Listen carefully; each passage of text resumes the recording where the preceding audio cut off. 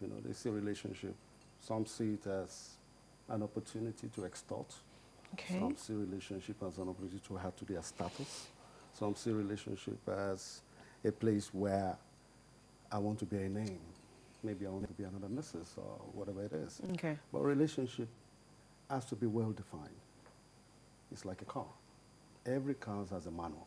Right. So does every relationship has its own manual. Okay. So you need to go to where the source of the relationship actually comes from, which is God Himself. Okay. So, personally speaking, I think most of us go into a relationship as if, well, I'm getting old. I need to get involved. Okay. I need to have a child. I need to have a home. I need to have a security. Okay. But God created every single person for a reason. And when we come together, there are values in each one of us. So it's just for you to discover the values and begin to walk in it. And before you know it, you actually move into your own purpose in life. Is there anything like a perfect relationship? God created every relationship to be perfect. We messed it up by comparing the manuals with each other. Okay, yeah, I was actually coming to that because sometimes you find out that people compare individuals, and not two people can be same. The different, just like you said, different manuals. So I think the problem is when people compare individuals Yeah. and want to do things that others do, Yeah. or bring in values from other relationships Yeah. to work out their own relationship. Yeah. So dangers in comparing personal individuals in different relationships. What are some of those dangers?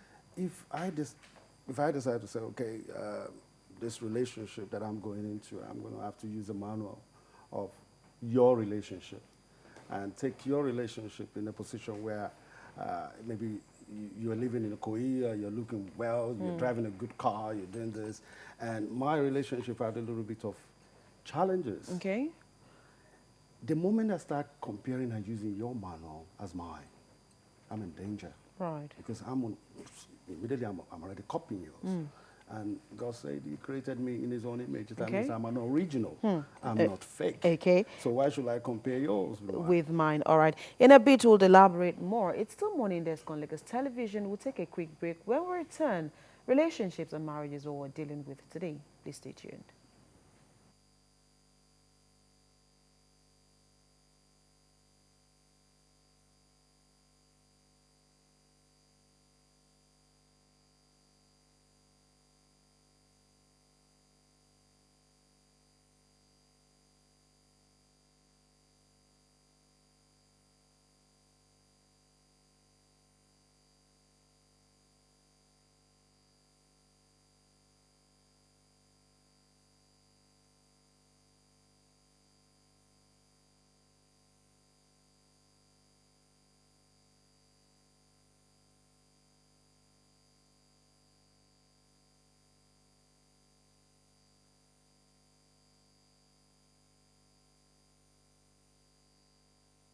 Well, thank you for staying tuned. You can be a part of the discussion this morning by sending your SMS to 0818-1380615.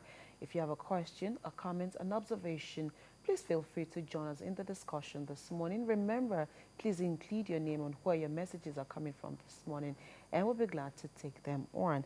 All right, so we're talking about relationships and marriage. Now, let's take, for example, a relationship has been consummated and then marriage has set in. Now, how important is it for relationships to continue even in marriage? Because a lot of people lose communication, lose friendship, lose things that you used to do even before you got married, because now you're married. And sometimes relationships don't have problems when it comes to marriage. So where do people get it wrong, really? I think they get it wrong. Like I said earlier, it depends on the ship that you're in. Okay. If we are both on the ship of friendship, then both of us, and we're moving into marriage, is very important. Some make mistakes. Okay. Myself, I make mistakes. You know, even the Bible says that all things must pass away. But for you to sustain a good marriage, you must be good friends. Okay. And good friends, the Bible says, and they were both naked, they were not ashamed. Meaning nakedness, openness, being truth and being real. Right. Some people are not real. You just take somebody else's identity and begin to walk around in their marriage. And the moment you do that, the value of the relationship begins to diminish. I keep saying to people that God created every single marriage in this world to be perfect. The reason why marriages are being faulted is because we keep taking each other's manuals. If you live a good life. I've seen women that wakes up in the morning and put their hand on their husband and begin to bless their husbands. I see men keep on blessing their wives every morning. Right. And I also said that there are 3 types of human beings, and it comes in his and hers. Yoruba will say, "Jando kutuna ashiri ashirabu." So there are those who come into relationship to cover your shame. There are who comes to relationship to expose your shame. There are those who come to relationship to just wreck it. You see a wife that got angry and just take a mortar and bash the husband's Range Rover, and the guy was like, "Wow." It's because they are actually being stereotyped in another person's manual. Okay. Some can even actually come in that anger. But if you have friends that say, well, I won't take that. But actually, the friend, whether he's or her, is actually taking the same rubbish to home. So my advice is that marriage is beautiful. You all go through challenges. You must walk through, even the Bible says, though you walk through the valley of the shadow of death, you must walk through that valley. Okay. When you decide to walk on your own. All right. It's still talking about values, looking at the fact that sometimes the kind of friends that his and hers also do keep, and then the kind of advices that people listen to, the kind of formations of things that you take in. What are the impacts of some of these things on relationships and marriages? And then how do you decide which of the advices really you want to work with, no matter the pressure that it is you're facing? Well, Nigeria got their independence yesterday. So for you to have a strong marriage, number one, you need to depend on him. Okay. Then the dependence you use to come on yourself.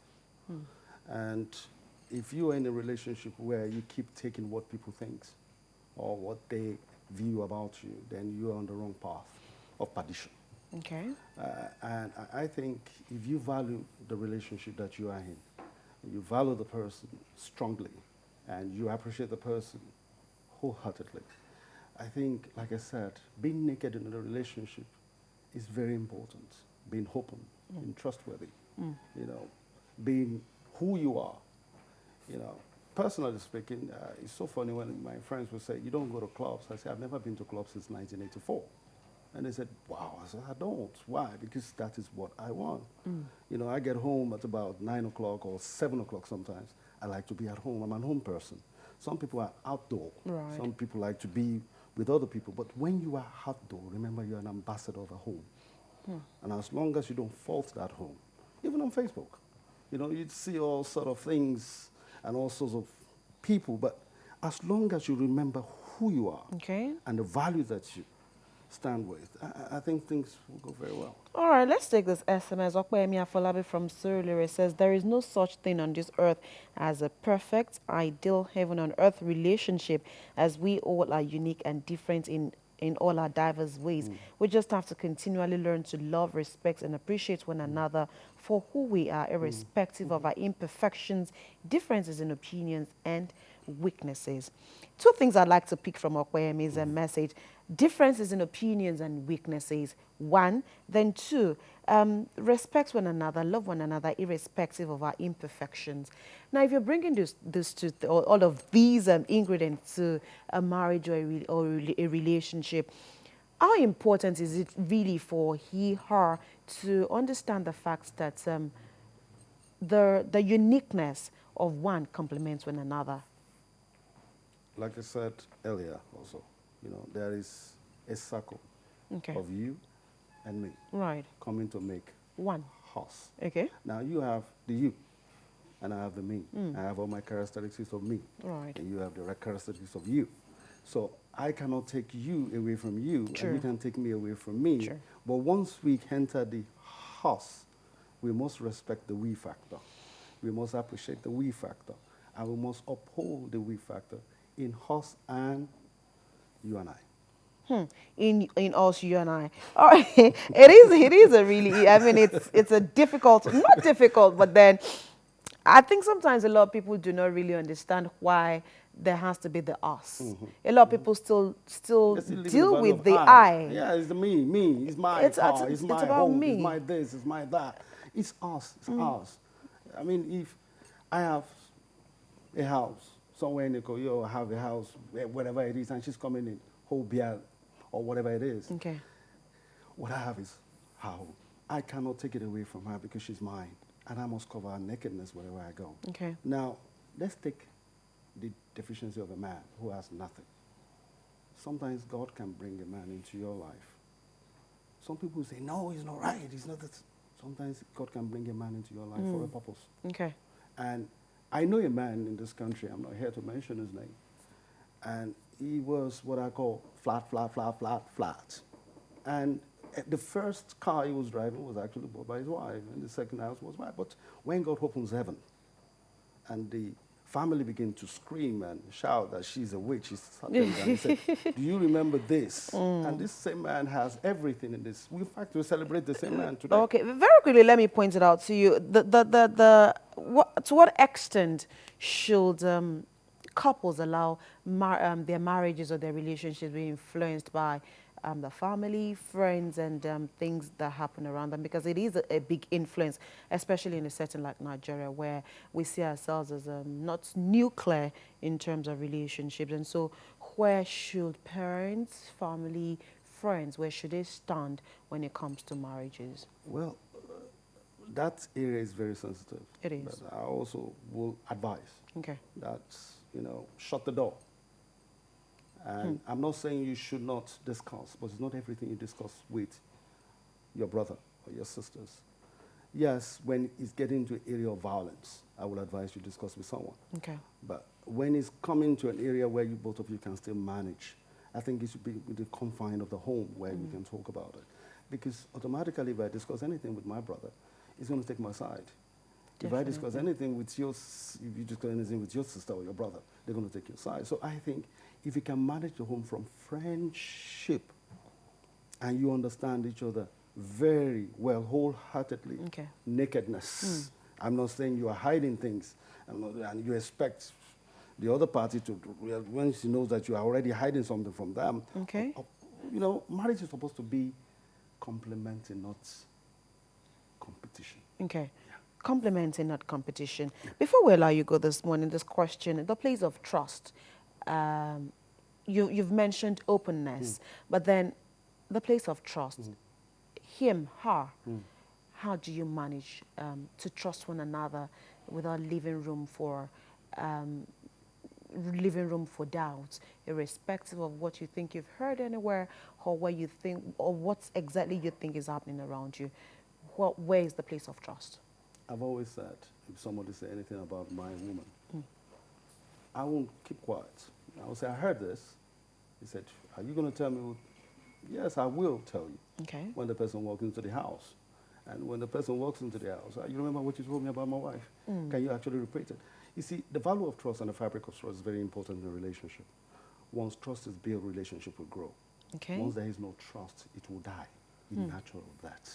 So when people say, I'm not in love with you anymore, what they're actually saying, I don't trust you anymore. Wow, that's a big one. That is a big one. All right, very quickly, final word for people that may be watching us today and then they have issues one way or the other with their marriages or relationships. Who best can they talk to? I think the first person that you talk to is the man upstairs who created us, who has the manual of relationship. Talk to him first. Okay. I'm not saying you shouldn't talk to your pastor, but I'm sorry to say this, but not every even marriage counselors are marriage counselors. Not every pastors are pastors. Okay. Not every imams are imams. But talk to somebody you can trust. Talk to somebody that you can be accountable to. Okay. And that person that can cover your nakedness, not stand on the pulpit and begin to bash you with it. Right. Am I communicating? That's a very that's a very tough one. All right, time is never our friend, so we must allow you go. Thank you very much, Prince Femi Oluwasina, for coming on the show today. from All right, him. that's the much you'll be able to take on Morning Desk today. I told you at the beginning of the program that this is the very last edition of Morning Desk. Don't get me wrong, not for the week, but this is where Morning Desk will end. A new quarter starts on the 5th of October, which is next Monday, and Morning Desk would go by a new name, Morning Delight. And of course, our name will be changing, and the time also will be changing. Henceforth, from Monday the 5th of October, we'll be coming to you live at 6:30 a.m. Did I hear someone say 6:30? Yes, 6:30 a.m. So Monday through Friday, join us on Morning Delight, 6:30 to 8:30 a.m. here on Lagos Television. We'll definitely miss this time slot, but if you love us, you will shift to that same time slot with us. So we'll see you on Monday when we'll come with Morning Delight. Do have a fantastic day ahead and enjoy your weekend. Good morning.